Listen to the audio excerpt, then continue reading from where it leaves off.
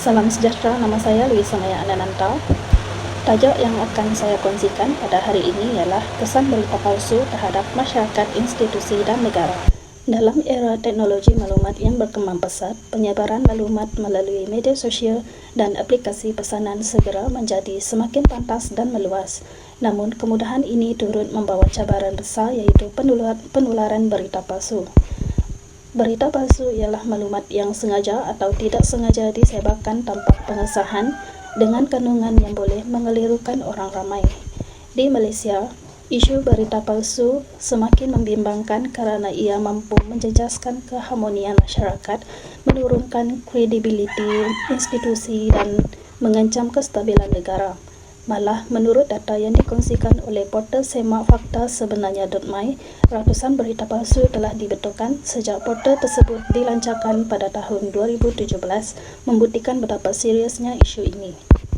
Oleh itu, adalah penting untuk meneliti kesan berita palsu ini terhadap masyarakat, institusi dan negara secara lebih mendalam bagi meningkatkan kesedaran serta membendung penularannya.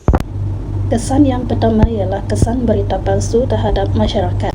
Yang pertama, menimbulkan keresahan dan ketidakselesaan sosial. Penyebaran berita palsu boleh mencetuskan suasana panik dan ketidaktenteraman dalam kalangan masyarakat. Berita-berita palsu selalunya menggunakan tajuk sensasi seperti virus baru merebak, kerajaan akan runtuh, atau makanan terlalu bahaya untuk dimakan. Tajuk-tajuk sebegini menarik perhatian tetapi memberi kesan negatif apabila masyarakat mempercayainya tanpa menyemak kesahihan maklumat. Sebagai contoh, semasa pandemik COVID-19, penyebaran berita palsu tentang kekurangan bekalan makanan dan barangan asas telah menyebabkan pembelian panik. Tindakan ini memburukkan lagi situasi kerana ia menyebabkan gangguan terhadap bekalan kepada golongan lain yang benar-benar memerlukan. Apabila maklumat palsu disebarkan secara meluas, ia mencetuskan keresahan awam, ketegangan sosial dan menjejaskan keharmonian masyarakat secara keseluruhan. Yang kedua ialah menjejaskan kesihatan mental. Berita palsu bukan sahaja memberi kesan kepada emosi sementara tetapi juga boleh menjejaskan kesihatan mental dalam jangka panjang. Menurut portal Majlis Keselamatan Negara, penyebaran maklumat tidak benar yang menyentuh maruah seseorang atau menimbulkan rasa takut boleh menyebabkan tekanan emosi. Individu yang sering didedahkan kepada berita palsu seperti teori konspirasi, ancaman palsu atau ramalan buruk berkemungkinan mengalami kebimbangan yang melampau, kemurungan dan keresahan berpanjangan. Perasaan takut yang berlarutan tanpa asas yang kukuh boleh melemahkan daya tahan mental dan mengganggu kehidupan seharian seseorang. Dalam masyarakat yang luas, kesan ini akan menjejaskan keseluruhan kesejahteraan emosi rakyat dan menyukarkan pemulihan apabila berlakunya krisis sebenar. Kesan yang kedua ialah kesan berita palsu terhadap institusi. Yang pertama iaitu menghalang dialog sihat dan penglibatan awam. Penyebaran maklumat palsu boleh menimbulkan syak wasangka, menyebabkan masyarakat enggan berdiskusi secara terbuka.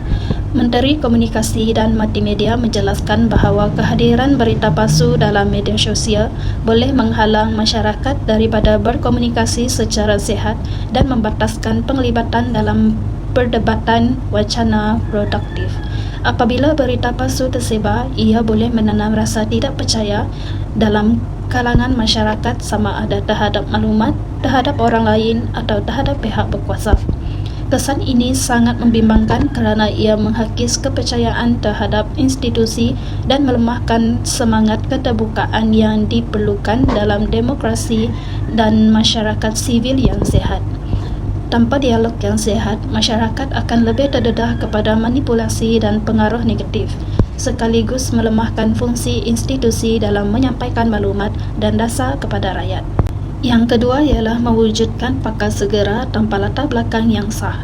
Individu yang menyebarkan berita tanpa menyimak sumber akan membentuk naratif palsu. Ini mengelirukan masyarakat dan menyukarkan pakar sebenar memberikan penjelasan. Sebagai contoh, seorang pengguna media sosial berkongsi pandangan tentang rawatan COVID-19 tanpa latar belakang perubatan, tetapi ditulis dengan yakin dan meyakinkan. Fenomena ini mewujudkan pakar segera tanpa latar belakang sah yang mendominasi perbualan awam. Ia bukan sahaja mengelirukan masyarakat, malah merendahkan kredibiliti dan kepercayaan terhadap pakar sebenar. Dalam jangka panjang, kebergantungan terhadap individu tidak bertauliah boleh menggugat keberkesanan institusi profesional seperti institusi perubatan, pendidikan dan penyelidikan kerana maklumat sahih sukar didengari atau diterima orang ramai.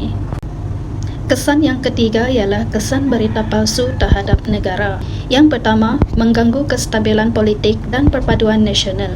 Terdapat banyak berita palsu yang menyentuh isu perkauman, agama dan politik yang boleh mencetuskan kebencian antara kaum atau kumpulan. Keadaan ini boleh menyebabkan huru-hara dan mengancam keharmonian negara.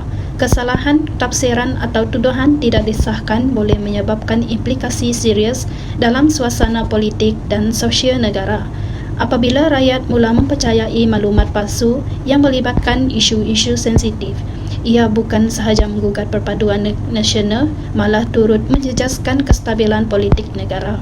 Kepercayaan antara kaum boleh terhakis dan mendorong kepada ketegangan sosial yang berbahaya. Yang kedua pula ialah pemimpin mungkin buat keputusan yang salah. Jika pemimpin percaya maklumat palsu, dasar yang dilaksanakan boleh menjejaskan pembangunan dan perpaduan. Pembuat dasar seperti menteri atau pegawai kerajaan bergantung kepada data, laporan dan maklumat semasa untuk merangka sesuatu dasar atau undang-undang. Jika maklumat salah dan tidak sahih seperti statistik palsu tentang kadar kemiskinan, tahap pendidikan atau jumlah kes penyakit, maka mereka mungkin akan mengambil tindakan yang salah. Keputusan yang berpaksikan maklumat yang tidak tepat dan tidak sahih boleh membawa kepada dasar yang tidak berkesan dan bahkan menimbulkan ketidakpuasan dalam kalangan rakyat. Secara kesimpulannya, berita palsu membawa kesan yang besar dan mendalam terhadap masyarakat, institusi dan negara. Di peringkat masyarakat, ia menimbulkan panik dan salah faham serta menghakis kepercayaan terhadap maklumat yang diterima. Di peringkat institusi pula, penyebaran maklumat tidak sahih boleh mencela kredibiliti agensi rasmi serta melemahkan komunikasi yang berkesan dengan rakyat. Pada skala negara, berita palsu berpotensi mencetuskan ketidakstabilan politik, menjejaskan keharmonian kaum serta mengurangkan keyakinan pelabur terhadap ekonomi negara. Oleh itu, setiap individu perlu memainkan peranan untuk memeriksa kesahihan maklumat sebelum berkongsi, manakala pihak berkuasa dan media perlu memperkukuh inisiatif literasi media seperti portal sebenarnya.my ini bagi membendung gejala ini. Berikut merupakan sumber yang saya perolehi untuk mendapatkan maklumat tentang kesan berita palsu terhadap masyarakat, institusi dan negara. Sekian sahaja pembentangan saya pada hari ini. Sekian, terima kasih.